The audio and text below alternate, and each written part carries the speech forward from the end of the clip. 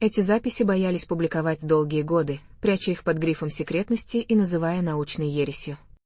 Врач Майкл Сабом, уважаемый кардиолог и убежденный скептик, не предполагал, что однажды его исследования перевернут все его мировоззрение и заставят усомниться в самом главном. А что, если смерть вовсе не конец, а начало чего-то совершенно иного? Сотни пациентов, переживших клиническую смерть, рассказали ему то, что не могло быть просто галлюцинацией. Они видели себя со стороны, могли детально описать медицинские процедуры, лица врачей и даже то, что происходило в соседних помещениях, когда их тела лежали на грани жизни и смерти.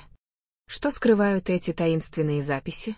Почему их боялись открывать миру? И какие неопровержимые доказательства существования жизни после смерти обнаружил доктор Сабом, что даже самые ярые скептики не смогли это опровергнуть? Приготовьтесь к путешествию, которое изменит все, что вы знали о смерти и жизни, и откроет дверь туда, откуда еще никто не возвращался с пустыми руками.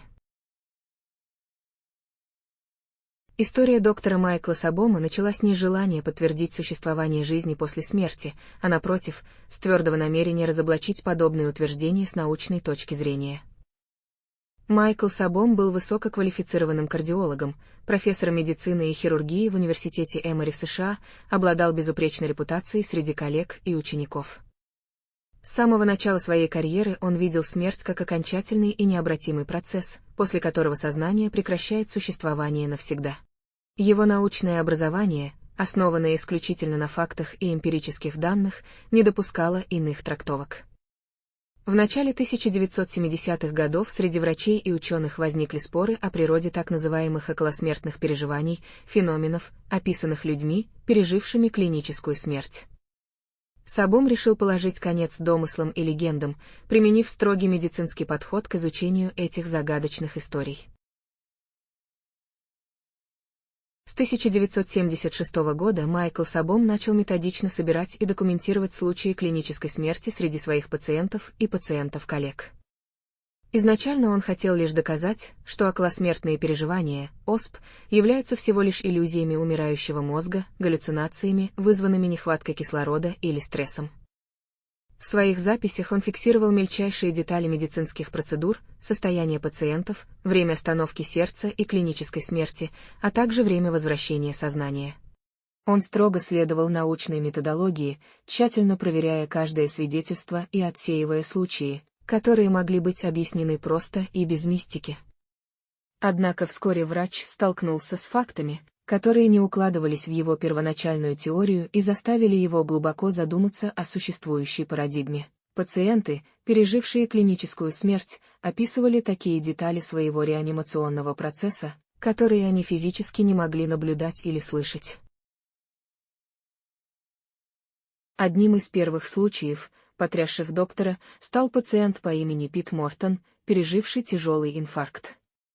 В момент клинической смерти его сознание покинуло тело, и он наблюдал за действиями врачей, находясь над операционным столом.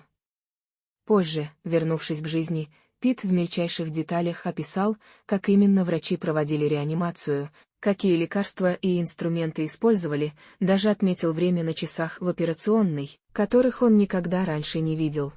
Сабом сверил рассказ пациента с медицинскими протоколами и понял, что тот не только ничего не перепутал, но и сообщил данные, которые были точно зафиксированы в журнале операций. Подобный случай оказался не единственным. За первые годы исследований Майкл задокументировал более 100 похожих историй, многие из которых были даже более удивительными и неопровержимыми. Другой пациент, женщина по имени Сара Уилсон, пережила остановку сердца после тяжелой автомобильной аварии. Будучи в состоянии клинической смерти, она описала не только действия врачей в реанимационной палате, но и разговоры персонала в соседней комнате, содержание которых позже подтвердили сами медработники. Сара подробно описала одежду и внешность врача, который проводил операцию, хотя никогда прежде с ним не встречалась и не могла его видеть в сознательном состоянии. Эти факты заставили Сабома сомневаться в первоначальной гипотезе о галлюцинациях мозга, ведь пациенты описывали абсолютно реальные события и обстоятельства, подтвержденные другими людьми и записями в медицинских картах. Записи Сабома вскоре начали приобретать столь взрывоопасный характер, что руководство клиник и даже его коллеги настоятельно рекомендовали ему не публиковать полученные материалы. Опасения заключались в том, что подобные данные могут пошатнуть общепринятые научные взгляды на смерть и сознание, вызвав серьезные противостояния в научном и медицинском сообществах.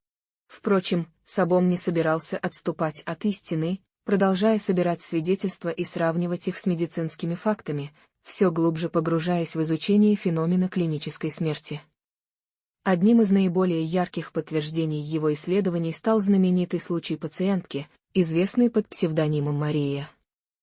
Во время остановки сердца она не только наблюдала за действиями врачей сверху, но и поднялась над зданием больницы, описав расположение объектов на крыше и даже старый теннисный кроссовок, застрявший на одном из выступов фасада. Когда медперсонал решил проверить ее слова, они действительно обнаружили старую обувь, которую невозможно было увидеть с земли или из окон палаты. Этот случай был настолько впечатляющим, что привлек внимание прессы и вынудил врачей признать существование феномена, необъясняемого привычными медицинскими теориями. Майкл Сабом за годы исследований накопил огромный архив детально задокументированных случаев, каждый из которых подтверждал факт существования сознания вне тела в моменты клинической смерти. Эти записи он держал в строгой тайне много лет, понимая всю серьезность последствий, которые они могли вызвать в научном сообществе. Ученые, привыкшие видеть сознание исключительно как продукт работы мозга, не могли принять его открытий без сопротивления, и потому Сабом оказался в центре жесточайших дискуссий, а его работы подвергались сомнениям и обвинениям в псевдонауке. Только в 1982 году он решился впервые открыто представить результаты своих исследований, опубликовав книгу под названием «Воспоминания о смерти». Публикация вызвала эффект взорвавшейся бомбы, став мировым бестселлером и заставив общественность и научное сообщество взглянуть на феномен околосмертных переживаний с совершенно новой точки зрения. Многие критики пытались опровергнуть его открытие, но факты, собранные Майклом Сабомом, были настолько точны и убедительны, что их невозможно было проигнорировать или полностью отвергнуть. Исследования Сабома не только пролили свет на тайны клинической смерти, но и значительно расширили понимание человеческого сознания, поставив новые вопросы о природе жизни и смерти, на которые современной науке еще предстоит ответить. Когда доктор Майкл Сабом начал систематически анализировать свидетельства пациентов, перенесших клиническую смерть, он столкнулся с феноменом, который трудно было вписать в рамки существующих медицинских и научных представлений. Врачи традиционно полагали, что остановка сердца и прекращение мозговой деятельности неизбежно приводят к полному отключению сознания, но многочисленные документальные свидетельства, собранные Сабомом, говорили о совершенно ином.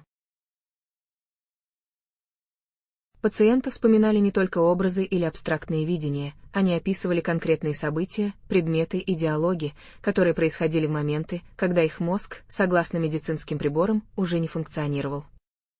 Доктор Сабом понимал важность абсолютной точности и поэтому каждый случай проверял неоднократно, сверяя его с медицинскими протоколами, показаниями приборов и свидетельствами очевидцев событий. Каждый факт подтверждался не единожды и становился твердым аргументом против теории галлюцинаций умирающего мозга. Одним из наиболее ярких случаев, который Майкл Сабом представил научному сообществу, была история Джеймса Арчера, пациента с тяжелой сердечной недостаточностью, перенесшего внезапную остановку сердца во время операции. После успешной реанимации Арчер рассказал врачам, что видел всю операцию сверху, описав не только точное количество медицинского персонала в операционной, но и специфические инструменты, которые использовались хирургами.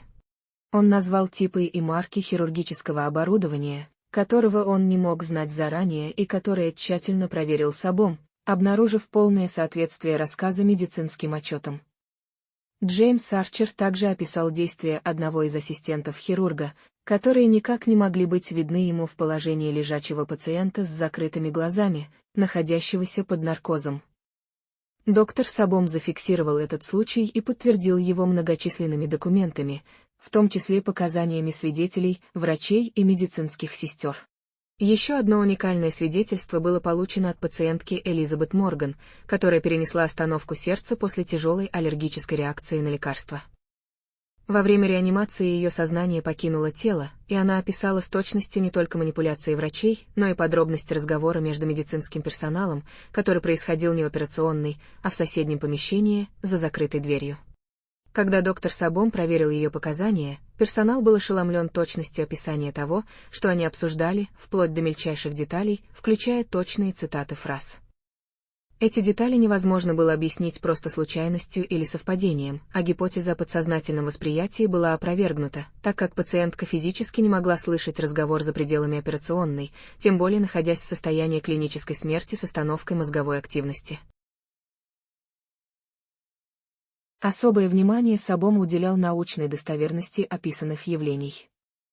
Его исследовательская группа провела серию тестов и экспериментов, пытаясь искусственно воспроизвести условия гипоксии мозга и медикаментозного наркоза, однако ни одно из этих состояний не дало похожих результатов.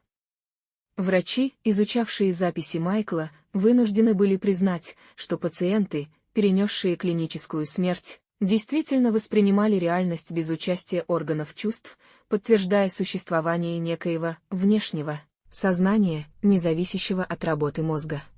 С каждым новым случаем доказательства становились все более неоспоримыми, формируя солидную базу документальных фактов, которые невозможно было отвергнуть простыми отговорками или стандартными медицинскими объяснениями. Один из самых невероятных случаев, записанный доктором Сабомом, связан с пациенткой Анной Блэр, пережившей клиническую смерть в результате инсульта. Анна подробно описала все, что происходило вокруг ее тела в реанимации, вплоть до действий медицинского персонала, точного расположения каждого человека в палате и даже указала на ошибки, допущенные врачами при попытке ее реанимировать. Медперсонал сначала категорически отрицал возможность таких ошибок, но после того, как Сабом детально изучил медицинские записи, выяснилось, что Анна была абсолютно права, ошибки действительно были допущены. Этот случай стал одним из мощнейших доказательств того, что сознание человека может существовать независимо от физического тела и наблюдать реальность с абсолютной точностью, даже в те моменты, когда медицинские приборы показывают полное прекращение активности мозга и остановку всех жизненных процессов. Майкл Сабом на протяжении многих лет собрал и документально зафиксировал сотни подобных случаев. Каждый из них проходил строгий отбор и проверку, все детали сверялись с медицинскими записями, показаниями приборов и свидетельствами медперсонала. Он исключал любые истории, в которых мог присутствовать хоть малейший намек на субъективность или недостоверность. В результате его архив стал одной из самых убедительных научных баз, подтверждающих реальность околосмертных переживаний и существование сознания вне физического тела. Когда Сабом представил свои неопровержимые доказательства широкой научной общественности, его открытия были восприняты как научная сенсация, породившая не просто дискуссию, а настоящую революцию в медицине, психологии и философии сознания. Реальность существования сознания после смерти получила первое серьезное научное подтверждение, заставив ученых всего мира по-новому взглянуть на природу человеческого сознания и кардинально пересмотреть традиционные представления о жизни и смерти. Когда в 1982 году доктор Майкл Сабом впервые опубликовал свои исследования в книге «Воспоминания о смерти», научный мир оказался на пороге одной из самых громких сенсаций конца XX века. Результаты многолетних исследований были настолько убедительны и тщательно подтверждены документально, что вызвали настоящий переполох среди медиков, психологов и нейробиологов, привыкших считать сознание исключительно продуктом работы головного мозга. Открытия Сабома поставили под вопрос не только медицинские, но и философские концепции, согласно которым жизнь человека строго ограничена биологическими процессами. Ученые, ранее скептически относящиеся к свидетельствам околосмертного опыта, были вынуждены признать, что столкнулись с необъяснимым явлением, не укладывающимся в рамки классической науки и медицины. Публикация стала поворотным моментом, который разделил научное сообщество на две части: тех, кто начал всерьез изучать околосмертные состояния, и тех, кто пытался всеми способами замолчать или дискредитировать сенсационные данные. Одним из первых, кто признал научную ценность исследований Сабома, стал знаменитый психиатр Реймонд Моуди, автор нашумевшей книги «Жизнь после жизни». Мауди открыто заявил, что работы Сабома предоставили неопровержимые доказательства реальности околосмертных переживаний, значительно укрепив его собственные исследования в этой области. Однако наряду с признанием, доктор Сабом столкнулся и с жесткой критикой со стороны ряда коллег, которые обвиняли его в попытке подорвать фундаментальные основы медицинской науки, нарушая установленный порядок и покушаясь на традиционные догмы медицины и нейрофизиологии. Руководство нескольких крупных медицинских институтов и университетов даже рекомендовали Сабому прекратить публикации и отказаться от дальнейших исследований, считая, что его данные могут вызвать необратимые изменения в восприятии смерти и жизни обществом. Давление усиливалось и со стороны консервативных научных кругов, боявшихся потерять авторитет, если открытия Сабома будут признаны широкой общественностью. Однако, несмотря на давление, доктор Сабом продолжил исследования, собирая все новые и новые доказательства и детально фиксируя каждый уникальный случай клинической смерти, убежденный в том, что истина должна быть озвучена, какой бы неудобной для кого-либо она ни была. Сенсация вызвала такой резонанс, что Конгресс США инициировал специальные слушания, посвященные изучению феномена околосмертных переживаний, куда был приглашен и сам Сабом. Эти слушания стали беспрецедентным событием в истории американской медицины, впервые официально признав существование феномена, который ранее считался исключительно предметом философских или религиозных размышлений. Результаты исследований были настолько впечатляющими, что Конгресс рекомендовал выделить дополнительное финансирование для научных исследований сознания и околосмертных переживаний, что стало первым официальным шагом государства к изучению жизни после смерти на научном уровне. Книга «Воспоминания о смерти» вскоре стала международным бестселлером, была переведена на многие языки и вызвала волну общественного интереса к феномену жизни после смерти, стимулировав аналогичные исследования в разных странах. Ученые в Европе и Азии начали проводить собственные эксперименты и исследования, подтверждающие открытие Сабома, а медицинские журналы впервые начали публиковать статьи, признающие, что околосмертные переживания — это не фантастика и не выдумки, а объективная реальность, требующая серьезного научного подхода. Однако не все были готовы принять открытие Сабома. Представители консервативного научного сообщества предпринимали многочисленные попытки дискредитировать его работу, утверждая, что он якобы допустил ошибки в интерпретации данных или занимался псевдонаучной деятельностью. Однако Сабом в ответ всегда предоставлял максимально полные и подробные медицинские протоколы, показания свидетелей и записи приборов, которые неопровержимо подтверждали каждое его заявление. Эти факты не только укрепили его авторитет, но и заставили замолчать даже самых ярых критиков, поскольку ни один из них не смог предоставить убедительные аргументы против. Последствия открытий Сабома оказались гораздо масштабнее, чем предполагалось изначально. Его исследования вдохновили многих врачей и ученых отказаться от традиционного материалистического подхода к изучению сознания и впервые в истории медицины признать возможность существования сознания отдельно от физического тела. Это привело к радикальному пересмотру многих фундаментальных медицинских и научных представлений, заставив научное сообщество признать необходимость нового подхода к изучению феноменов человеческого сознания. На сегодняшний день работы Майкла Сабома считаются классикой в области исследований клинической смерти и являются обязательным материалом для изучения во многих медицинских вузах по всему миру. Многие ученые публично выражают благодарность доктору Сабому за его смелость и научную честность, которые помогли разрушить устоявшиеся предрассудки и открыть дорогу к глубокому изучению жизни после смерти. Научная революция, начатая исследованиями Сабома, продолжается и сейчас, поскольку его записи остаются одним из самых значимых и достоверных источников информации, подтверждающих существование сознания вне тела. Они дали начало целому направлению в современной науке, в котором серьезно и глубоко исследуются феномены, ранее считавшиеся невозможными или даже абсурдными с научной точки зрения. Именно поэтому труды Майкла Сабома стали настоящей научной сенсацией, навсегда изменившей наше восприятие границы между жизнью и смертью.